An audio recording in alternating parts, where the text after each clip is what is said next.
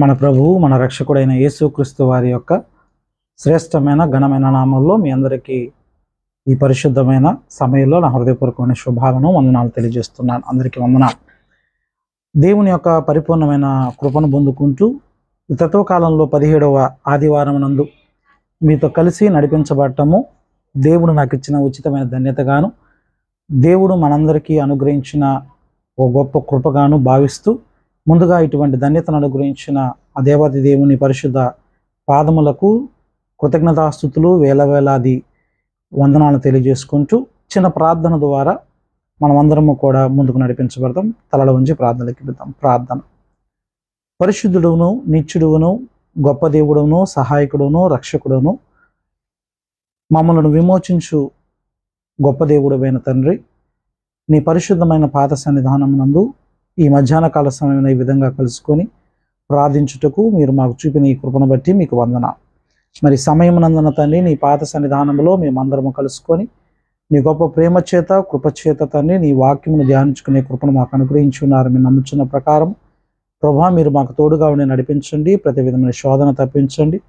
ఈ మాటలను మా జీవితాల్లో జ్ఞాపకం చేసుకున్నట్టుకు సహాయం చేయండి. నీ మాటలను తండ్రి నీ బిడ్డ తెలియచేస్తుండగా నీ బిడ్డకు తోడుగా ఉండి ఆత్మశక్తితోనూ జ్ఞానముతోనూ వివేకముతోనూ నీ బిడ్డను నింపి అయా ఇదిగో మాట్లాడువాడు నీ యొక్క బిడ్డగా మాత్రమే కాక మీ బిడ్డ వాక్చాతుర్యానికి మీ బిడ్డ యొక్క వాక్యములకు మీరు తోడుగా ఉండి ప్రభువ అయా మీరే మీ బిడ్డలతో మాట్లాడి తండ్రి నీ యొక్క కృప ద్వారా మేమందరము బలపట్టుకు భాగ్యమును అనుగురించి నడిపించమని, సమస్త ఘనతను మహిమను ప్రభావం మీరే పొందుకొని శాంతి సమాధానం గురించి నడిపించమని కొద్ది మనను మా ప్రభుని యేసుక్రీస్తునామములో వేడుకొని ప్రార్థిస్తున్నాను తండ్రి. ఆమేన్. అందరికీ మరొకసారి హృదయపూర్వకమైన వందనాలు తెలియజేసుకుంటూ ఈ శ్రేష్టమైన సమయమనందు దేవుని పరిశుద్ధమైన వాక్యమును మనమందరము ధ్యానించుకుందాం. త్రిత్వ కాలములో ఈ దినము కొరకు అనగా ఈ యొక్క 17వ ఆదివారము కొరకు ఏర్పాటు చేయబడిన లేఖన భాగాలను మనం ఒకసారి పరిశీలించినప్పుడు ఈ యొక్క 17వ ఆదివారం కొరకు ఏర్పాటు చేయబడిన లేఖన భాగాలు పత్రికా పాఠ్య భాగముగా అపోస్తుడైన పౌలు గారు ఎఫెసీలకు రాసిన పత్రిక 4వ అధ్యాయము మొదటి నుండి 6 వచనాలను, అలాగునే మరి సువార్త పాఠ్యభాగముగా లూకా సువార్తికుడు, లూకా భక్తుడు, పరిశుద్ధుడైన లూకా గారు రాసిన 14వ అధ్యాయము మొదటి నుండి 11 వచనాలను నేటి లేఖన భాగాలుగా మనం అందరము జ్ఞాపకం చేసుకుంటున్నాం. ప్రియులారా, ఈ యొక్క శ్రేష్టమైన ఈ యొక్క సమయమునందు ఈ యొక్క మాసమునందు దేవుడు మనకు అనుగ్రహించిన కృపను బట్టి మరొక పరిశుద్ధమైన 2వ ఆదివారంలోకి మనం అందరం నడిపించబడుతున్నాం.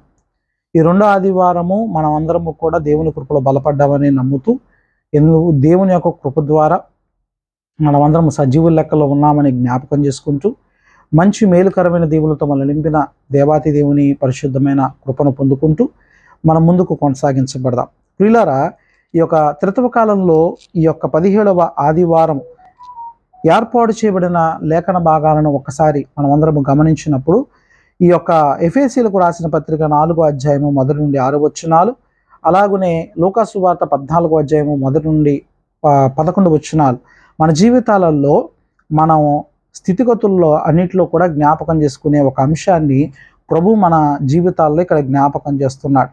ప్రియులారా, ఈరోజు మనము ప్రాముఖ్యంగా జ్ఞాపకం చేసుకుంటున్న 2 విషయాలను ఇక్కడ మన జీవితాలలో ప్రభువు జ్ఞాపకం చేస్తూనే ఉన్నాడు. ఏంటి ఈ 2 విషయాలు లేక 2 స్థితిగతులు అని మనం ఇక్కడ ప్రశ్నించుకుంటే, మనము మన జీవితాలలో ప్రతి విషయంలో కూడా సంతోషం కావాలని ఎదురు చూస్తూ ఉంటాం, సంతోషం కోసం ఎదురు చూస్తూ ఉంటాం. అయితే ఇక్కడ ముఖ్యమైన 2 విషయాలను నేటి లేఖన భాగాల్లో మనకు జ్ఞాపకం చేస్తున్నాయి. ఒకటి, మనము సంతోషంగా ఉండాలి, ఆధ్యాత్మిక జీవితంలో సంతోషంగా ఉండాలి, లేక సంఘ జీవితంలో సంతోషంగా ఉండాలి అన్నప్పుడు ఇక్కడ మనం గమనించాల్సింది ఏంటంటే, సంఘములో సంతోషంగా ఉండాలంటే ఐక్యత అనేది చాలా ముఖ్యమైనది. ఐక్యంగా నడిపించబడటం అనేది చాలా ముఖ్యమైనది. 2, ఐక్యంగా ఉండటం మాత్రమే కాదు, మనం వ్యక్తిగతంగా కూడా దేవుని కృపను పొందుకుంటూ ఒక ఘనమైన స్థితిలో ఉండాలని దేవుడు కోరుకుంటాడు. మనం కూడా చాలా విషయాలలో అందరికంటే హెచ్చు స్థాయిలో ఉండాలని కోరుకుంటాం, తప్పైతే కాదు. కానీ అది ఒక విధమైన ఒక విధంగా మన జీవితాల్లో ఇతరుల కంటే కూడా, అంటే మనము ఇతరుల దేవుడు ఆశీర్వదిస్తూ ఉంటే దానిని మనం మన జీవితాల్లో జ్ఞాపకం చేసుకుంటూ దురాశతోనూ దొరతలంపులతో నిండి నాకే ఘనత దక్కాలి అనుకోవటము అది తప్పుగా మనం భావించవచ్చు. కానీ దేవుని కృప ద్వారా నేను ఘనత పొందుకోవాలి అని అనుకోవటం మాత్రం తప్పు కాదని మనం గమనించాలి. ప్రియులారా, ఈ రెండు విషయాలను మనం గమనించినప్పుడు ఈ రెండు కూడా మనకు జ్ఞాపకం చేసే అంశం ఏంటయ్యా అంటే, ఈరోజు మన ప్రసంగ అంశం ఏంటంటే, మనము వినయముతోనే ఉంటేనే ఘనతను సాధించగలం. వినయముతోనే ఉంటేనే ఘనతను సాధించగలం.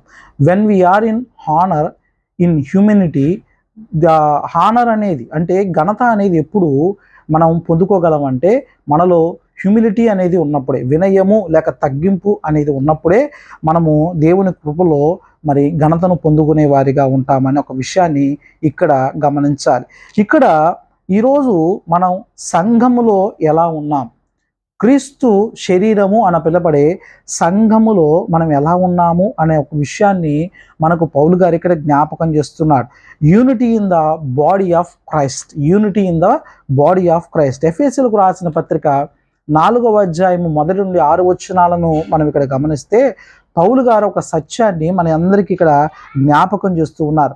మనం దేవుని గొప్ప పిలుపును పొందుకొని ఉన్నామని పౌలు గారు చెబుతూ, కాబట్టి ఆ పిలుపుకు తగ్గట్లుగా ఒక గొప్ప పిలుపు మనం పొందుకున్నాం, ఆ పిలుపుకు తగ్గట్టుగా మనము నడుచుకోవాలి అని చెప్పి పౌలు గారు ఇక్కడ జ్ఞాపకం చేస్తారు.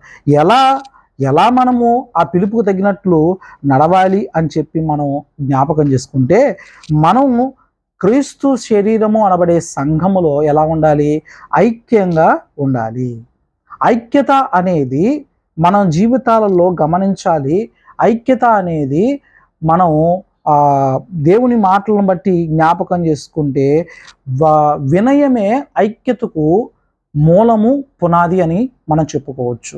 అంటే మనం గమనించాల్సింది ఏంటయ్యా అంటే హ్యూమిలిటీ అనేది మనం ఇక్కడ గమనిస్తే ఐక్యతకు పునాది, the foundation of unity is humility అని చెప్పేసేసి మనం ఇక్కడ జ్ఞాపకం చేసుకోవచ్చు. ప్రియ సహోదరి సహోదరులారా, ఎఫెసీయులకు రాసిన పత్రిక 4వ అధ్యాయము 2వ వచనాన్ని ఒక్కసారి మనం అందరము ఇక్కడ గమనించినప్పుడు అక్కడ మనకు జ్ఞాపకం చేసుకుంటే ఆ మాటల్లో మనము గమనించవచ్చు, సంఘములో ఐక్యత ఉండాలి అంటే మనం దేవుని దృష్టిలో జీవించాలి.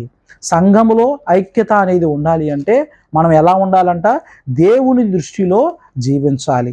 దేవుని యొక్క మాటలు ఇక్కడ జ్ఞాపకం చేయబడుతుంది. చూడండి, ఆ మాట ఎఫెసీయులకు రాసిన పత్రిక 4వ అధ్యాయము 2వ వచనాన్ని మనం ఇక్కడ గమనించినప్పుడు, ప్రియ సహోదరి సహోదరుడా, ఇక్కడ చూడండి, కాబట్టి మీరు సమాధాన బంధము చేత ఆత్మ కలిగించు ఐక్యతను కాపాడుకొనుట యందు శ్రద్ధ కలిగిన వారై ప్రేమతో ఒకరినొకరు సహించుచు అని చెప్పి ఇక్కడ మాటను జ్ఞాపకం చేస్తున్నాడు. ఇక్కడ ప్రాముఖ్యంగా 4 విషయాలను పౌలు గారు జ్ఞాపకం చేస్తున్నాడు. ఒకటి, సమస్త వినయము, లేక మనము గమనించాలి, ఇక్కడ వినయము గురించి పౌలు గారు ఇక్కడ మాట్లాడుతున్నారు. ఆత్మచేత కలిగించే ఐక్యతను కాపాడేటు యందు శ్రద్ధ కలిగిన వారై ప్రేమతో ఒకరినొకడు సహకరించుచు మీరు పిలువబడిన పిలుపుకు తగినట్లుగా దీర్ఘశాంతముతో కూడిన సంపూర్ణ వినయముతోనూ సాత్వికముతోనూ నడుచుకొనవలెనని ప్రభువును బట్టి ఖైదీనైన నేను మిమ్మల్ని బతిమలాడుకొనుచున్నాను. పౌలు గారు చెప్తున్న మాటలు ఒక్కసారి గమనించండి. సమస్త వినయము, హ్యూమిలిటీ అనే దాని గురించి ఇక్కడ మాట్లాడుతున్నాడు. మనకంటే వినయం అనేది ఏంటి, మనకంటే ఇతరులు గొప్ప అంటే మనల్ని గొప్పగా ఇక్కడ జ్ఞాపకం చేసుకోవట్లా, ఇతరులు మనకంటే గొప్పవారు అనే విషయాన్ని ఇక్కడ పౌలు గారు మనందరికి బోధిస్తున్నాడు. ఇక్కడ మనకంటే ఇతరులే గొప్పవారు అనుకోవడము చాలా ముఖ్యమైనది. ఈరోజు ప్రియ సహోదరి సహోదరులుగా పరిశుద్ధ గ్రంథాన్ని ఒక్కసారి మనం అందరము ధ్యానించినప్పుడు, పరిశీలించినప్పుడు మోషే గారిని ఒక్కసారి మనము గమనించినప్పుడు చరిత్రలో అత్యంత సాత్వికుడు ఎవరైనా ఉన్నారంటే మోషే గారు. సంఖ్యాకాండములో 12వ అధ్యాయములో 3వ వచనంలో మనకి ఈ మాట చెప్పబడుతుంది. ఏమని? మోషే అందరిలో కంటే కూడా సాత్వికమైన వాడు, నమ్మకస్తుడుగా ఉన్నాడని బైబిల్ లేఖనాలు చాలా స్పష్టంగా ఇక్కడ మనందరికీ జ్ఞాపకం చేయబడుతుంది. సంఖ్యాకాండము 12వ అధ్యాయం 3వ వచనము. దేవుడు అతడిని తన ప్రజలకు నాయకుడిగా హెచ్చించాడు. ఎందుకు? కారణము ఒకటే, అతనిలో ఉన్న వినయము దేవుని దృష్టిని అతని మీద మరల్చి అతనిని నాయకుడిగా చేసిందన్న ఒక విషయాన్ని ఇక్కడ మనం అందరము జ్ఞాపకం చేసుకోవాలి. అంటే అతనిలో ఉన్న జెంటల్నెస్, సాత్వికము అనేది, మృదువుగా ప్రేమగా మాట్లాడే గుణము అనేది అక్కడ మనం గమనించినట్లయితే అతనిని ఇశ్రాయేల్ జనాంగానికి నాయకుడిగా చేసింది.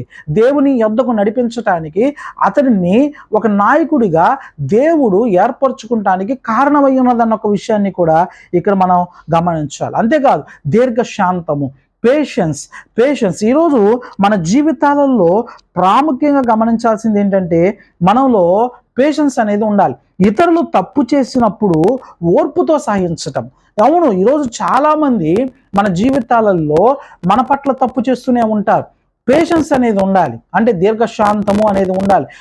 ఒకానొక దినమున తమ తప్పును వారు తెలుసుకుంటానికి అవకాశం ఉంటుంది. దేవుడు వారి హృదయముతో మాట్లాడతాడు. దేవుడు వారి హృదయం స్థితిగతులతో మాట్లాడతాడు. వారిని దేవుడు ఏం చేస్తాడంట?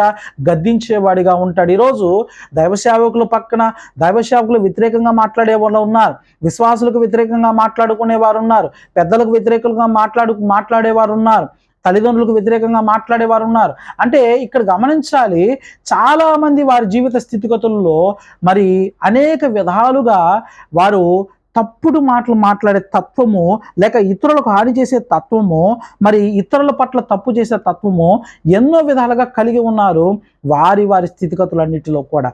అదే దేవుని గ్రంథం చెప్తుంది, దీర్ఘశాంతము కలిగి ఉండండి.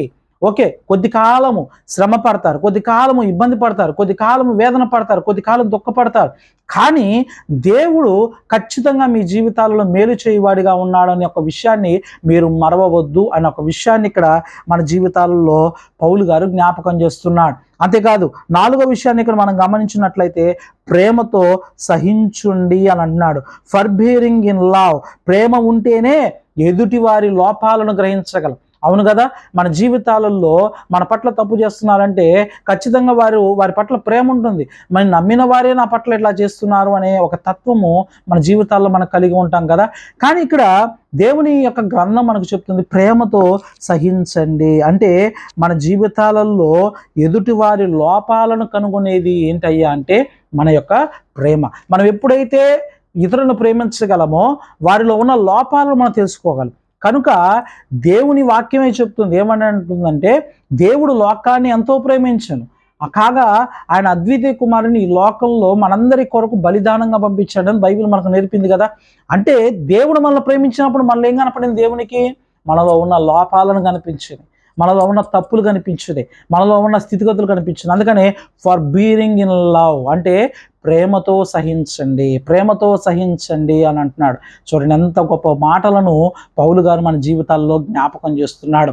అంటే ఒక వ్యక్తి ఎప్పుడైతే వినయాన్ని కలిగి ఉంటాడో అతడు సంఘములో ఒక ఐక్యతకు పునాది కలిగి ఉంటాడు. ఈరోజు చాలామంది తమకు తాము గొప్పవారు అనుకునే వారందరూ కూడా ఎక్కడ తప్పిపోతున్నారంటే వినయ స్థితి లేదు, హ్యూమిలిటీ అనేది లేదు.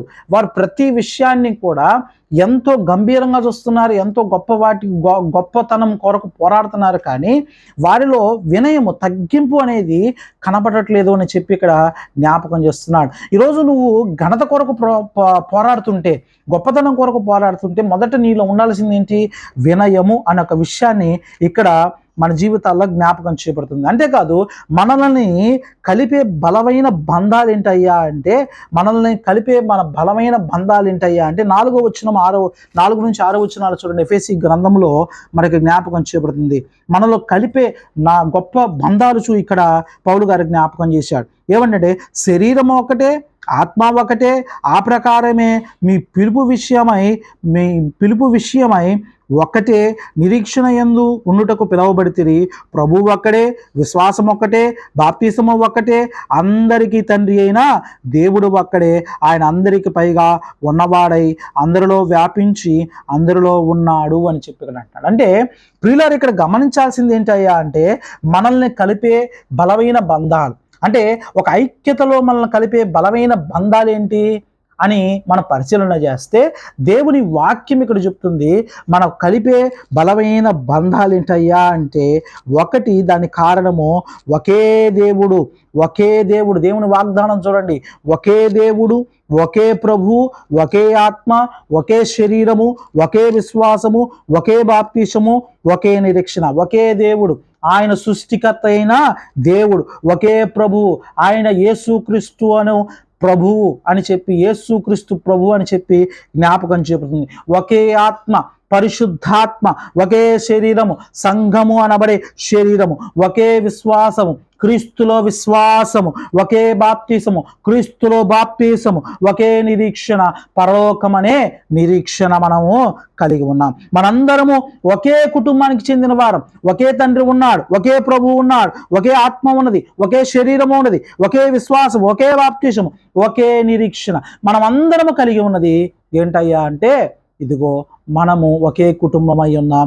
ఈ బంధాలన్నీ కూడా మనలను కలిపి ఉన్నాయి. ప్రియ సహోదరి సహోదరుడా, ఈ బంధాలన్నీ కూడా మనల్ని దేవునిలో ఐక్యత కొరకు నడిపించబడుతున్నాయి. అయితే ఇంత ఐక్యత కలిగిన మనలో విభేదాలు ఎందుకు అంటే దేవుని బిడ్డలందరూ ఒకే లక్ష్యాన్ని కలిగి ఉన్నప్పుడు గర్వం ఎందుకు అనే తలంపు మనలో ఉంటాయి.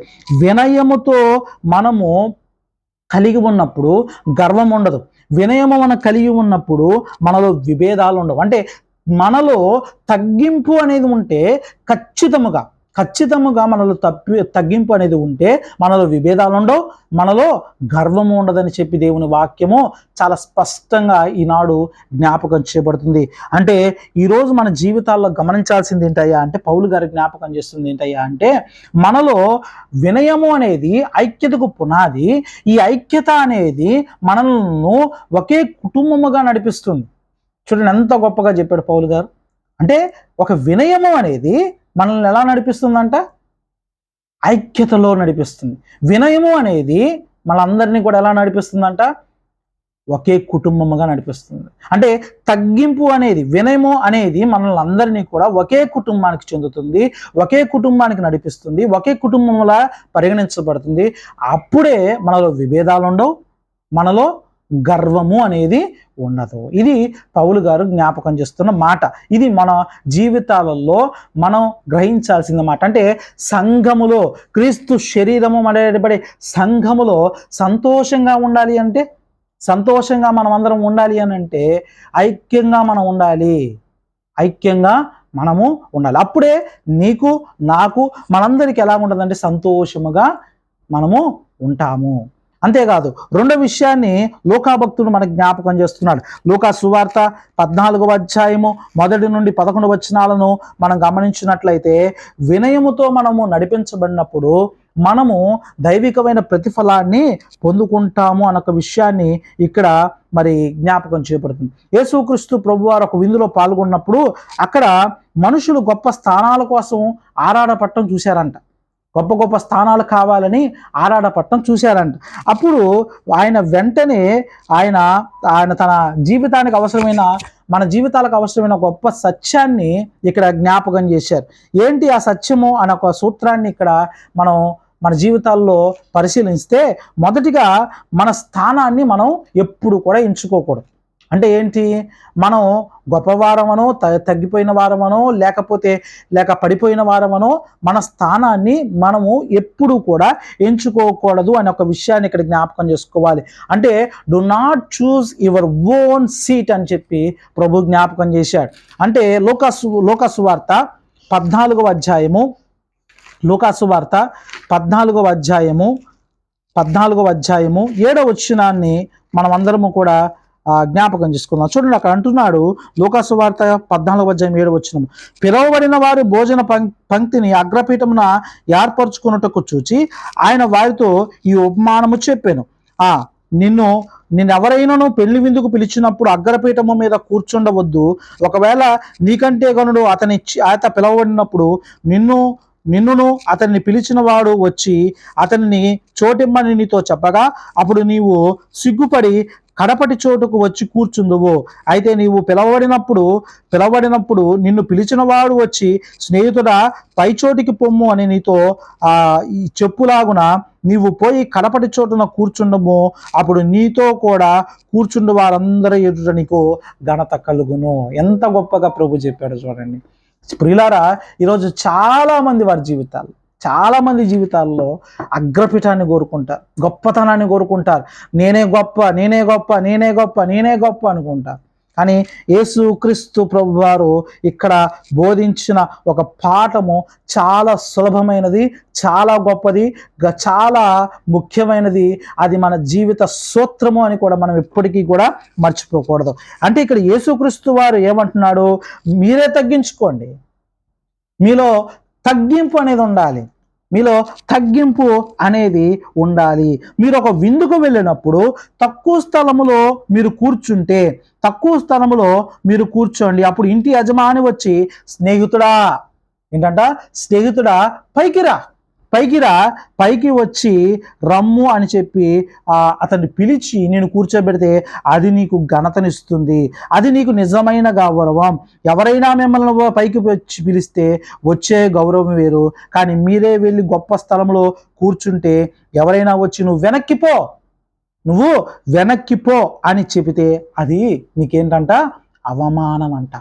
అది నీకు అవమానం అయి ఉంటుందని చెప్పి ఇక్కడ జ్ఞాపకం చేస్తున్నాడు. మన సంఘములో, సమాజములో, కుటుంబంలో ఎప్పుడు మనం ఏం కోరుకుంటాం చెప్పండి? మీరందరూ ఏం కోరుకుంటాం? గొప్ప స్థానాన్ని కోరుకుంటాం. కానీ ప్రభు అంటున్నాడు, ఈ గొప్ప స్థానం కోరుకుంటే ఇదిగో నీకు ఒక సూత్రాన్ని చెప్తున్నాను, ఒక జీవిత సత్యాన్ని చెప్తున్నాడు. ఏంటంటే ఇదిగో ఆ సత్యం ఏంటయ్యా అంటే 11వ వచనము మనం ఒక్కసారి గమనిద్దాం. చూడండి, అక్కడ అంటున్నాడు, ఏమంటున్నాడు?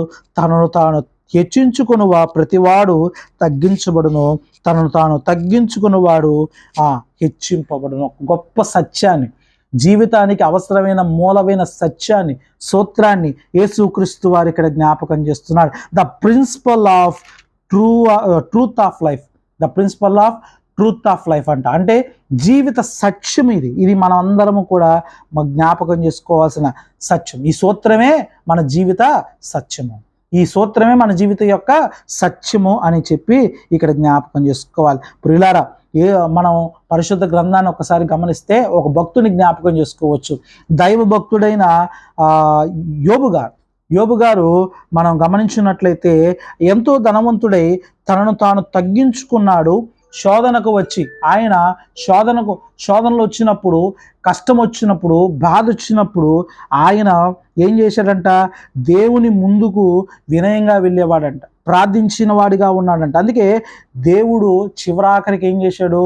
అతనికి రెండింతల ఆశీర్వాదాన్ని ఇక్కడ ఇచ్చినట్లుగా మనము 42వ అధ్యాయం, యోబు గ్రంథము 42వ అధ్యాయము 10వ వచనంలో జ్ఞాపకం చేసుకోవచ్చు. ప్రియులారా, ఈరోజు మనం అందరి జీవితాలలో ఇక్కడ గమనించాలి, ఇది బైబిల్ నేర్పిన సత్యం మనకి. ఇదిగో ఇది యేసుక్రీస్తు వారు తెలిపిన సత్యం, ఇది మనకి దేవుడు మనకు తెలిపిన సత్యం. ఇది మనకి ఏంటి సత్యం అనంటే, ఎవరైనా గర్వంగా ఉంటారో, ఎవరైతే గర్వాంధులుగా ఉంటారో, హృదయం కలిగి ఉంటారో వారందరికీ ప్రభువు నేర్పుతున్న ఒక గుణపాఠము, ఇలాగ మనకు చెబుతున్న ఒక సత్యము ఏంటయ్యా అంటే, దేవుడు అట్టి వారిని సహించడు, కానీ తనను తాను తగ్గించుకున్న వారిని మాత్రము దేవుడు హెచ్చించువాడిగా ఉన్నాడని ఒక విషయాన్ని ఇక్కడ జ్ఞాపకం చేసుకోవచ్చు.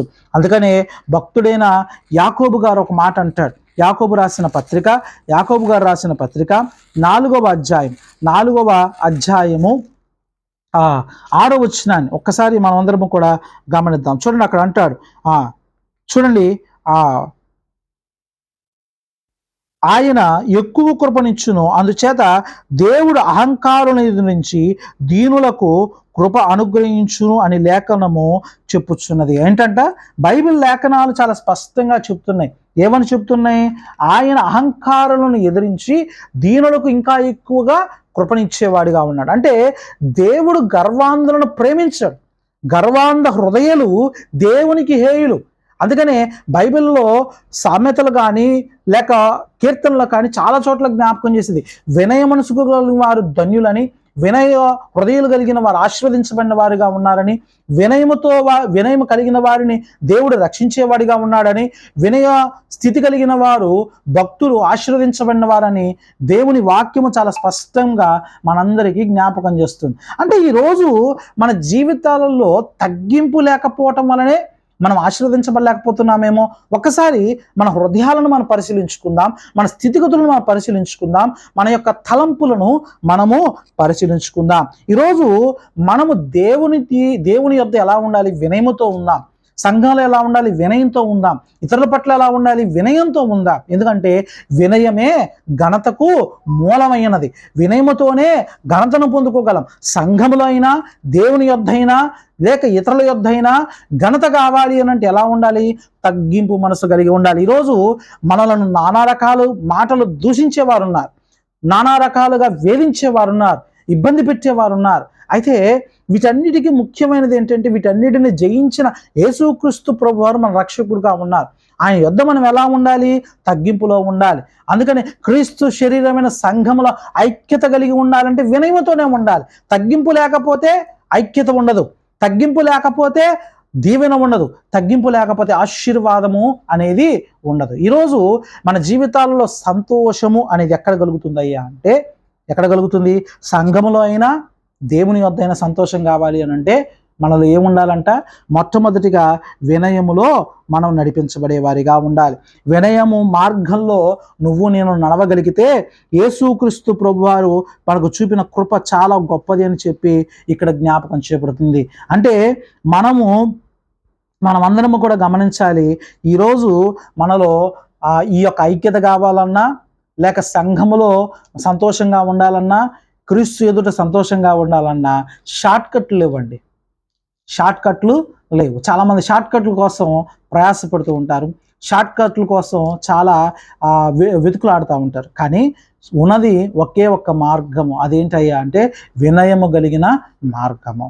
వినయముతోనే సంఘములో ఐక్యత, సంఘములో సంతోషము. అలాగే వినయముతోనే మన జీవితాలు గమనించాలి, వినయముతోనే ఘనత. ఈరోజు ఆ ఘనతను మన జీవితాలకు ప్రభు ఇవ్వాలని ఆశపడుతున్నాడు. దేవుని చేత హెచ్చించబడాలి అన్నా, మనుషుల చేత హెచ్చించబడాలి అన్నా నీలో కావాల్సింది ఏంటంటే తగ్గింపు. తగ్గింపు లేకపోతే ఘనత లేదు, వినయం లేకపోతే ఘనత లేదన్నదే నేటి యొక్క మన ప్రసంగ సారాంశముగా, అంశముగా మనం ఈరోజు గుర్తిరిగి ఉండాలి. ప్రియ సహోదరి సహోదరుల, మీరు ఎంత గొప్ప ఉద్యోగి అయినా, వ్యాపారస్తుడైనా, గొప్పవాడైనా, నేను అంటున్నాను, నేను మీకు తెలియజేసే ఒకే ఒక్క మాట, అంటే దేవుని సన్నిధానంలో తెలియజేసే ఒకే ఒక్క మాట, తగ్గింపు. తగ్గింపు.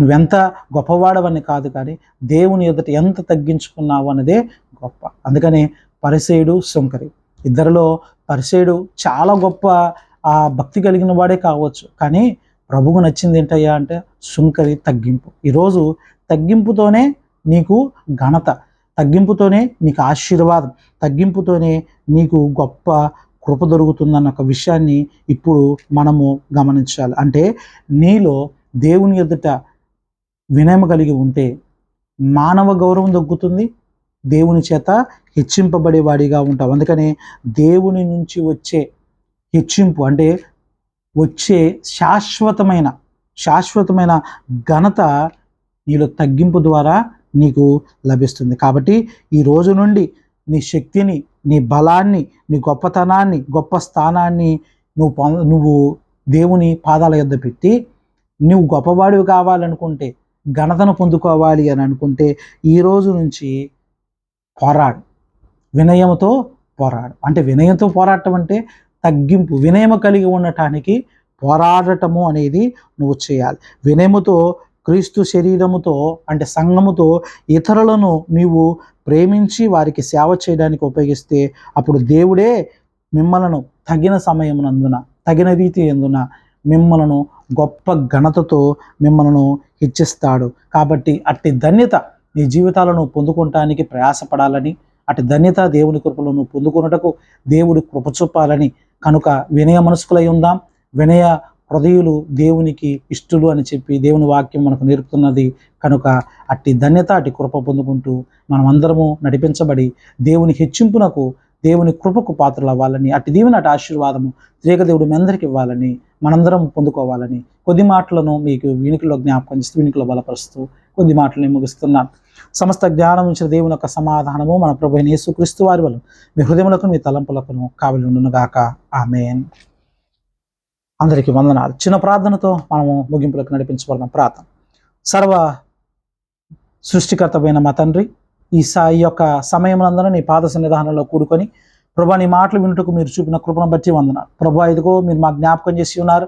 వినయము కలిగిన వారిగా మీరు ఉన్నప్పుడు మీరు మానవుల యొక్క గౌరవాన్ని పొందుకుంటారని, మనుషుల దృష్టిలో ఘనతను పొందుకుంటారని, అలాగే దేవుని దృష్టిలో శాశ్వతమైన ఘనతను, శాశ్వతమైన గొప్పవారిగా మీరు ఉంటారని, దేవుని రాజ్యాన్ని పొందుకుంటారని చెప్పి మీ వాక్యం మా జ్ఞాపకం చేస్తుంది. మీరందరూ ఒకటే, మీరందరూ ఒక కుటుంబమే, మీ అందరి తండ్రి సృష్టికర్త ఒకరే, మీ అందరి ప్రభు యేసుక్రీస్తు వారు ఒకరే, మీరందరూ పరిశుద్ధాత్మ చేత నడిపింపబడిన వారుగా ఉన్నారని, ఒకే విశ్వాసము, ఒకే బాప్తిసము, ఒకే రక్షణ, ఒకే కృపలో మీరందరూ బలపడి ఉన్నారని చెప్పి ఈరోజు మాతో జ్ఞాపకం చేస్తున్న ప్రభువా మీకు వందనాలు. అట్టి రీతిగా తండ్రి మమ్మల్ని మేము సరి చేసుకుంటూ, మమ్మల్ని మేము సిద్ధపరచుకుంటూ నీ కృపలో నిండైన వేలుతో ఎల్ల వేళలో నడిపించబడే భాగ్యము, ధన్యతను మీద దయచేయమని ప్రార్థన చేస్తున్నాం.